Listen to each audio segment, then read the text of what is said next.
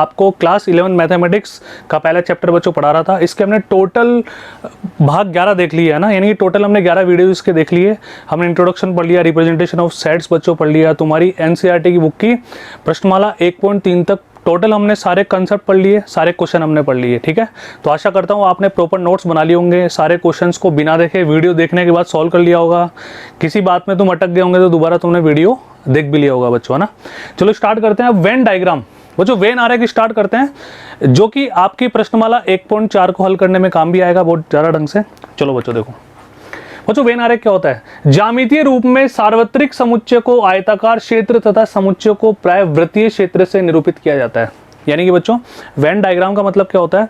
इसमें जो सार्वत्रिक समुच्चय होगा ना, अपना यूनिवर्सल सेट, जिसकी हमने लास्ट वीडियो में चर्चा की थी बच्चों, उसको हम एक रेक्टेंगुलर शेप में, एक आयताकार डायग्राम में उसको फिट करेंगे। ठीक है, और जो समुच्चय होता है उसको वृत्तीय रूप में दर्शाया जाएगा। अभी समझा रहा हूं कैसे, दोबारा पढ़ लो एक बार इसको। समष्टि है सार्वत्रिक, एक ही बात है। समुच्चय को आयताकार क्षेत्र में, ठीक है, एक रेक्टेंगल अपन बनाएंगे, तथा समुच्चयों को, जो समुच्चय हमारे पास होंगे, समुच्चय ए बी सी डी जो भी होंगे, उनको गोला बनाकर हम शो करते हैं, यानी कि वृत्तीय क्षेत्र में निरूपित किया जाता है। तो आई होप पहला पॉइंट आपके ढंग से समझ में आ गया। दूसरे पे चलते हैं। समुच्चय के अवयव इस वृत्तीय क्षेत्र के अंदर इस बिंदुओं से दर्शाए जाते हैं। यानी कि समुच्चय के अंदर जो एलिमेंट्स होंगे, जो अवयव होंगे बच्चों, उनको हम इस वृत्त के अंदर उस पार्ट को शेडेड करके, छायांकित करके या बिंदुओं के माध्यम से उसको अपन दर्शाएंगे। ठीक है, अच्छा, अब इसमें बच्चों इसको अपन क्या बोलते हैं? इस चित्र को वेन डायग्राम, वेन आरेख बोलते हैं। समुच्चय संक्रियाएं बच्चों, सेट ऑपरेशन जो हमारे सिलेबस में वो 3 तरह के होता है ना, एक बार देखिए ध्यान से। समुच्चयों का संघ पहला, इसको बोलते हैं यूनियन। अब मैं संघ बोलूं तो तुम समझ जाना यूनियन की बात कर रहा हूं, यूनियन बोलूं तो समझ जाना संघ की बात कर रहा हूं। ठीक है, एग्री हो बच्चों? यूनियन को हम कैसे शो करते हैं, ध्यान से देखना, ये यू से,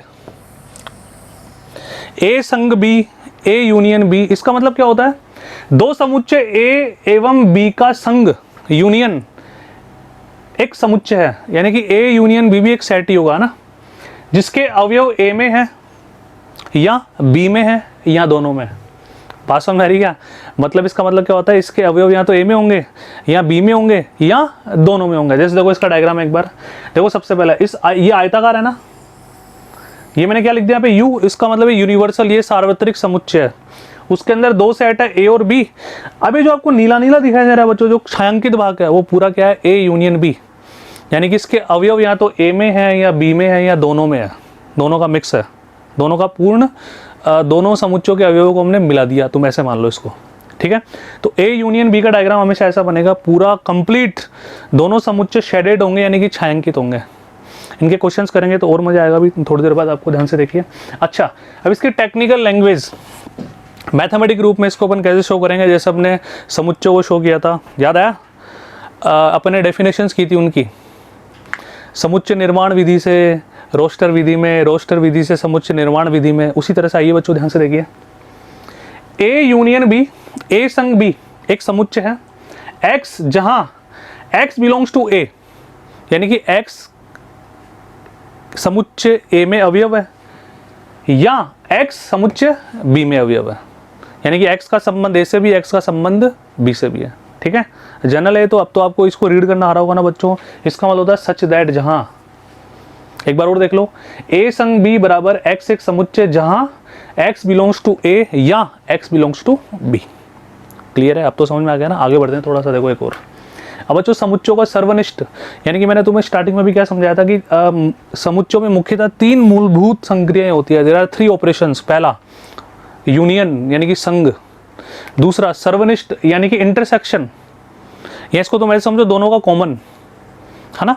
एक कॉमन वर्ड बहुत ही यूजर फ्रेंडली है, चाहे हिंदी मीडियम के विद्यार्थियों चाहे अंग्रेजी मीडियम के, सभी के लिए कॉमन एक बहुत ही दैनिक जीवन में उपयोग में आने वाला शब्द है। कॉमन मतलब जो दोनों में हो, जो दोनों का कॉमन हो। बात समझ में आ रही है? उसका भी और उसका भी। ठीक है, जैसे देखो एक बार इसको अपन पहले टेक्निकली देखते हैं। इसको हिंदी में सर्वनिष्ठ कहते हैं बच्चों।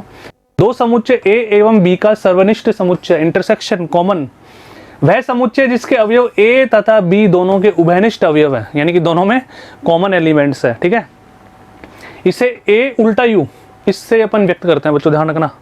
संघ को तो अपन यू से व्यक्त करते थे, इसको उल्टा यू से व्यक्त करेंगे, है ना।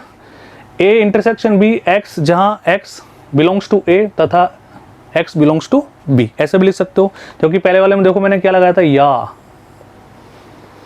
या तो a में है या b में है, ठीक है। यहाँ पे देखो दोनों में है, ठीक है। अब ध्यान से देखिए, यानी दोनों कॉमन। अब देखो दोनों का कॉमन यदि आप डायग्राम देख पा रहे हो तो बच्चों आप ध्यान से देखकर बता सकते हो कि सर आपने जो शेडेड किया ना, जो छायांकित भाग किया ना, जो दोनों का कॉमन एरिया किया, ठीक है। पर देखो ध्यान से, एक समुच्चय ए है, दूसरा बी है, तो दोनों का कॉमन पार्ट तो यही होगा ना जो दोनों में आ रहा है। डायग्राम में आपको बिल्कुल ढंग से दिखाई दे रहा है। तो बच्चों कहते हैं ग्राफिकल रिप्रेजेंटेशन माइंड में लंबे समय तक रहती है। कोई बोले तुम्हें कि देखी हुई पिक्चर और सुना हुआ गाना ज़्यादा दिनों तक दिमाग में कौन रहता है बच्चों? देखी हुई पिक्चर, क्योंकि चलचित्र यानी कि चीज़ों को डायग्राम के माध्यम से आप दिमाग में फिट करोगे तो लंबे समय तक रहती है, कभी भूलते नहीं है अपन, ठीक है। तो ये पिक्चर बिल्कुल क्लिक कर लो तुम बच्चों अपने हिसाब से दिमाग में, ठीक है। और वीडियो पॉज करना, नोट डाउन करना। तीसरा, समुच्चयों का अंतर। 3 संक्रियाएं, एक तो हमने पढ़ा, हमने क्या पढ़ा बच्चों? संघ। दूसरा हमने क्या पढ़ा? इंटरसेक्शन, दोनों का कॉमन। और तीसरा आप क्या पढ़ेंगे? समुच्चयों का अंतर, यानी कि डिफरेंस ऑफ सेट्स। दो समुच्चय ए एवं बी के लिए ए अंतर बी समुच्चय ए के उन अवयवों का समुच्चय है जो बी में विद्यमान नहीं है। तो बच्चों डेफिनेशन को छोड़ो, एक बार जनरली देखो ना, ए माइनस बी का मतलब क्या है? ए के वे सभी अवयवों का समुच्चय जो बी में नहीं है, यानी कि बी को हटा दें टोटली अपन। बात समझ में आ रही है? तो इसने भी तो ये बोला, ए एवं बी के लिए ए अंतर बी समुच्चय ए के उन अवयवों का समुच्चय है जो बी में विद्यमान नहीं है, यानी कि बी को पूरा कंप्लीट हमारे को उड़ाना है। तो देखिए technically a minus b x, जहां एक्स बिलोंग्स टू ए तथा x does not belong to b. अगर यहां पर बी माइनस ए की बात करता तो हम क्या लिखते हैं बच्चों? ध्यान से देखो, बी माइनस ए, ठीक है, एक्स जहां एक्स बिलोंग्स टू बी तथा x a का अवयव नहीं है। यहां पर x b का अवयव नहीं है, मतलब b माइनस ए का मतलब क्या होगा? b माइनस ए एक ऐसा समुच्चय होगा जिसमें b के वे सभी अवयव होंगे जो a में विद्यमान नहीं है, यानी कि b के अवयवों का समुच्चय होगा जो a में विद्यमान नहीं है। a माइनस बी का मतलब क्या होगा? a के उन अवयवों का समुच्चय जो b में विद्यमान नहीं है। क्लियर है? अब यहाँ पे जो डायग्राम तुम्हें दिखाई दे रहा है बच्चों a माइनस बी का है, यानी कि यहाँ पर केवल a के वो अवयव आ रहे हैं जो b में विद्यमान नहीं है। क्योंकि बच्चों ध्यान से देखो, जो ये वाला पोर्शन है ये a और b दोनों का है ना, बोलो हाँ है ना। अच्छा, जो ये वाला पोर्शन तुम्हें दिखाई दे रहा है कौन सा? जो मैंने व्हाइट में लिया, ये वाला बच्चों, ये वाला पोर्शन कौन सा है? जो केवल b का है। और ये वाला कौन सा है? जो a और b दोनों का है, यानी कि ये a माइनस बी हो गया। ये वाला बच्चों कौन सा हो गया? b माइनस ए। अच्छा, ये वाला कौन सा हो गया बच्चों?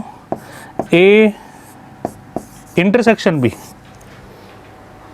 बात समझ में आ रही है? यदि b माइनस ए की बात करेंगे तो a को पूरा उड़ा दो, a माइनस बी की बात करेंगे तो b को पूरा उड़ा दो। अब तो समझ में आ गया, 3 बातें हैं, a संग b, ठीक है, या तो a में या b में, ठीक है, या दोनों में। a intersection b, a सर्वनिष्ठ b का मतलब क्या होगा? दोनों का कॉमन।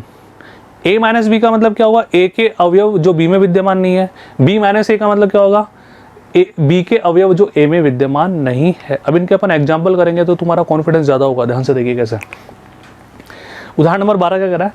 मान लीजिए कि a में एक समुच्चय a है जिसके अवयव हैं 2, 4, 6, 8 तथा b के अवयव है 6, 8, 10, 12। तो a संग b ज्ञात कीजिए, ठीक है। तो दोनों में तो बच्चों देखो a संग b क्या होगा?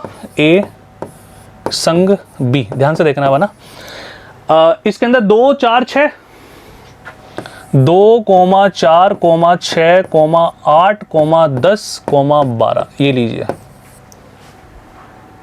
अब देख लो, ये a संग b एक ऐसा समुच्चय हो गया जिसके अंदर a वाला भी आ रहा है और b वाला भी आ रहा है। देखो 6, 8, 10, 12 भी आ रहा है, 2, 4, 6, 8 भी आ रहा है। हमें ये तो पहले से ही पता है कि समुच्चय को रिप्रेजेंट करते समय यदि कोई अवयव दोबारा आ रहा है तो उसको एक ही बार अपन रिप्रेजेंट करते हैं। तो बात समझ में आ रही है? a यूनियन b, ठीक है। a संग b का मतलब क्या होगा? दोनों वाला ले लो, लेकिन कोई दोबारा आ रहा है तो उसको 2 बार नहीं लिखते, उसको एक ही बार लिखते हैं अपन। आया ना समझ में? Pause the video and note it down. Video को पॉज करना, नोट डाउन करना। आगे देखो उदाहरण नंबर 13। मान लीजिए a अंग्रेजी वर्णमाला के स्वरों का समुच्चय a e i o u, b a i u दर्शाइए कि, यानी कि हमें बताना है कि a संग b बराबर a आएगा। तो आराम से लेते हैं, ठीक है, ध्यान से देखिए। अब बच्चों a संग b क्या होगा? निकालने अपन ए संग बी, तो ए संग बी निकालने का तरीका मैंने समझा दिया, समुच्चय तो हो गया होगा, तो ले लो ए ई आई ओ यू। अब देखो ए आई यू इसमें आ रहा है क्या, ए आई यू इसमें आ रहा है, बिल्कुल आ रहा है साहब, है ना। ए ई आई यू आ रहा है क्या, ये भी आ रहा है, तो इसका मतलब क्या बोल देंगे, ये सेट ए ही तो है, बराबर ए। मतलब वो छोटी छोटी बातें हैं, अभी क्वेश्चंस पे चलेंगे, अभी थोड़ा थोड़ा तुम्हारा माहौल बना रहा हूँ, कॉन्फिडेंस बढ़े, छोटे छोटे एग्जाम्पल से बिल्कुल स्टेप बाय स्टेप चलेंगे बच्चों ना, एक एक चीज़ पढ़ेंगे, साथ के साथ उसका एग्जाम्पल करेंगे, बस आपको पेन को भी लेकर बैठना है, साथ के साथ उसको नोट डाउन भी करना है, ठीक है। उदाहरण नंबर 14 पढ़ो, क्वेश्चन क्या कह रहा है बच्चों। मान लीजिए कि x एक समुच्चय जिसमें राम, गीता और अकबर है, कक्षा 10 का ये है ना, कक्षा 11 के विद्यार्थियों का जो विद्यालय की हॉकी टीम में है, एक समुच्चय है, ठीक है। मान लीजिए कि एक समुच्चय x है जिसके अंदर 3 अवयव है, राम, गीता, अकबर, कक्षा 11 के विद्यार्थियों का जो विद्यालय की हॉकी टीम में है। मान लीजिए कि y गीता, डेविड और अशोक का समुच्चय जो कि फुटबॉल टीम में है, यानी कि हॉकी टीम वाले राम, गीता, अकबर है और फुटबॉल टीम वाले गीता, डेविड और अशोक है, तो विद्यालय की फुटबॉल टीम एक समुच्चय, तो x यूनियन y ज्ञात कीजिए। तो बच्चों क्यों इतनी टेंशन लेनी, देखो x यूनियन y निकाल दोगे ना, बहुत आसान है। कौन कौन आएगा, राम, गीता दोनों में ना, तो एक बार ही लेनी है ना, अकबर, गीता हमने ले लिया, डेविड, और फिर कौन है, अशोक। अशोक थोड़ी लिया अपन ने, अभी तक नहीं लिया साहब, ये लो साहब अशोक। ये x यूनियन y बन गया हमारा और खत्म क्वेश्चन, बहुत ही आसान है, ठीक है। वीडियो को पॉज करना, नोट डाउन करना, आगे बढ़ते हैं। उदाहरण नंबर 15 क्या कह रहा है, अच्छा इसमें सर्वनिष्ठ पूछा, देखो कॉमन, ठीक है, a इंटरसेक्शन b, ए और बी। अब बच्चों ए और बी में कॉमन तुम्हें कौन कौन नजर आ रहा है, 2 कॉमन बिल्कुल नहीं आ रहा, 4 कॉमन बिल्कुल नहीं आ रहा, 6 कॉमन आ रहा है और 8 कॉमन आ रहा है। तुम क्या बोल देंगे, ए इंटरसेक्शन बी क्या होगा बच्चों, 4 तो बिल्कुल नहीं है, कौन कौन है, 6,8, ये लीजिए। बात समझ में आ रही क्या। अब जो बातें मैं तुम्हें बार बार बोलता हूँ, क्या बोलता हूँ बच्चों, कि एग्जामिनर को कैसे पता कि आपने क्या सोचा, उसको ये तो बताओ कि इसका मतलब क्या है, उसको ये तो बताना पड़ेगा ना उसका मतलब क्या है। तो अब साधारण सी भाषा में लिख सकते हैं, चूंकि हम जानते हैं ए सर्वनिष्ठ बी, ठीक है। टेक्निकली लिखो तो टेक्निकली लिख दो, x such that x belongs to ए तथा x बिलोंग्स टू बी, ठीक है। जैसे यहां पे भी अपन इनको ऐसे शो कर सकते थे ना, कैसे देखो, चूंकि हम जानते हैं x यूनियन y, ठीक है, बराबर एक सेट हम ले लेंगे, कौन सा, कोई सा भी ले लो, x ले लो वापिस, such that x belongs to x, ठीक है। ये काम करो, यहाँ पर x एक ऐसा वेरिएबल है, तो अगर अपन x और y लेते हैं तो बच्चों थोड़ा सा कंफ्यूजन हो जाएगा एग्जामिनर को भी। तो तुम एक काम करो, यहाँ पे लिखो तो भी चलेगा, नहीं लिखो तो भी चलेगा, फिर भी लिखना चाहो तो आप ऐसा लिख सकते हो कि x जो कि हम जानते हैं x यूनियन y, इसका मतलब अवयव या तो x में है या y में है या दोनों में, ये लीजिए। ऐसा तुम प्रॉपर लैंग्वेज लिख सकते हो, कोई दिक्कत वाली बात नहीं है, मतलब अपनी भाषा में लिखना है। टेक्निकली लिखो तो टेक्निकली लिख देना, ठीक है। जैसे यहाँ पे मैंने अभी टेक्निकली लिखा, इसको तुम साधारण भाषा में भी लिख सकते हो, चूंकि हम जानते हैं कि ए इंटरसेक्शन बी, ए सर्वनिष्ठ बी से क्या तात्पर्य होता है बच्चों, कि अवयव ए तथा बी दोनों में उभयनिष्ठ है, ठीक है। चलो उदाहरण नंबर 16, ये क्या कह रहा है बच्चों, राम, गीता, अकबर, ये हमने देखो उदाहरण नंबर 14 हमने कर लिया, राम, गीता, अकबर। उदाहरण नंबर 15 हमने कर लिया। अब उदाहरण नंबर 16 वापस बिल्कुल सेम आ गया, ठीक है। लेकिन यहां पे एक फर्क है इस क्वेश्चन में, देखो सेम क्वेश्चन है यहां तक, तो x इंटरसेक्शन y दोनों का कॉमन पूछ रहा है, तो लिख दोगे आराम से, आ जाओ। तो x इंटरसेक्शन y, इसका मतलब बच्चों ये क्या कहना चाह रहा है,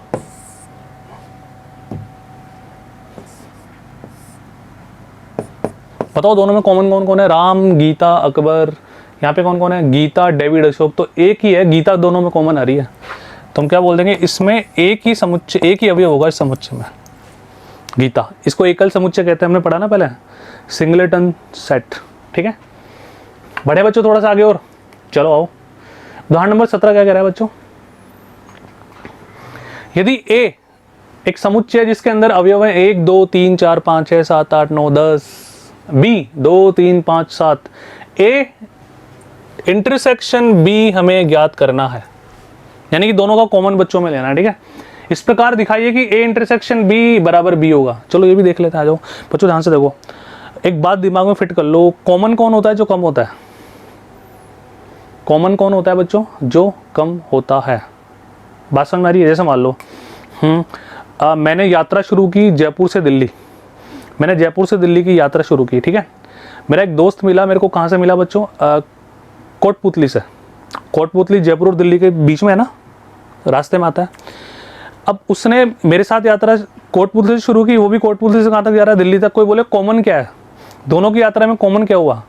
तो जिसने कम यात्रा की, कम यात्रा किसने की? मेरे दोस्त ने, जो कि मुझे कोटपुतली से मिला। बात समझ में आ रही क्या? तो दिमाग में फिट कर लो, कभी कंफ्यूजन होगा ही नहीं, मन में बोल लो चाहे लिख लो आराम से। कॉमन वही होगा जो कम होगा, कॉमन वही होगा जो कम होगा, कॉमन वही होगा जो कम होगा। 2-3 बार इसको याद कर लो, कॉमन वही होगा जो कम होगा, बस इतनी सी बात है। ठीक है, तो यहाँ पे देखो ए सेट तो बहुत बड़ा है, इसके अंदर ज़्यादा अवयव हैं, बी में कम अवयव हैं, तो दोनों का कॉमन तो ऑब्वियसली कौन होगा? जो कम होगा वही होगा। ठीक है, अब ध्यान से देखिए, हमें पहले क्या याद करना है? ए सर्वनिष्ठ बी। तो देखो बच्चों, ये मैं लिख नहीं रहा, मैं तुम्हें बोल रहा हूँ, तुम समझ जाना, क्योंकि बार बार सेम एग्जांपल्स आ रहे हैं, उसी प्रकार के आ रहे हैं। ए हम क्या लिखेंगे? चूंकि हम जानते हैं ए सर्वनिष्ठ बी से तात्पर्य, मतलब कोई जरूरी नहीं तुम टेक्निकली मैथमेटिकली लिखो, तुम ऐसे हिंदी में भी लिख सकते हो, कोई फर्क नहीं पड़ने वाला, एग्जामिनर नंबर नहीं काटेगा, बस उसको बता दो आपने क्या सोचा। ठीक है, तात्पर्य अवयव ए तथा बी के उभयनिष्ठ होंगे। ठीक है, अतः ए सर्वनिष्ठ बी का मतलब, अब आ जाओ, 1 2 3 4 5 6 7 8 9 10, यानी कि 2 3 5 7, दोनों का कॉमन कौन हो जाएगा? 2, 3, 5, 7, ये हमारा आंसर आ गया। अब हमें यह भी सिद्ध करना है, क्योंकि क्वेश्चन ने बोला है ना, क्या ए सर्वनिष्ठ बी बी के बराबर है क्या? तो देखते हैं बच्चों, बी समुच्चय हमारे पास क्या दिया हुआ है? 2, 3, 5, 7। ठीक है, अतः हम कह सकते हैं, अर्थात क्या कह सकते हो तुम? ए सर्वनिष्ठ बी बराबर बी होगा। ये लीजिए साहब, इति सिद्धम hence proved, QED, whatever you like, जो भी तुम्हें अच्छा लगे लिख दो, कोई दिक्कत नहीं है। सिद्ध कीजिए लिख दो, सिद्ध हो गया साहब ऐसे लिख दो। ठीक है, चलो चलो बच्चों, अब यहाँ तक तुम क्या करोगे? इन सारी बातों को दोबारा एक एक स्लाइड को, जब देखो स्लाइड चेंज होती है ना ऐसे यूं ऐसे, तो आपको वहीं वीडियो पॉज करना है, सारी बातें नोट डाउन करनी है। ठीक है, फिर अपन पढ़ेंगे और आगे की चीज़ें पढ़ेंगे, डिसजॉइंट सेट्स पढ़ेंगे, इनके ऑपरेशंस पढ़ेंगे और भी है ना। ठीक है, इनके गुणधर्म पढ़ेंगे, लेकिन तब तक वो वीडियो देखने से पहले यहाँ तक के वीडियोस आप दोबारा एक बार और देख लेना, ताकि कॉन्फिडेंस बढ़े। ठीक है बच्चों, मिलते हैं अगली वीडियो में। Thank you so much, bye bye.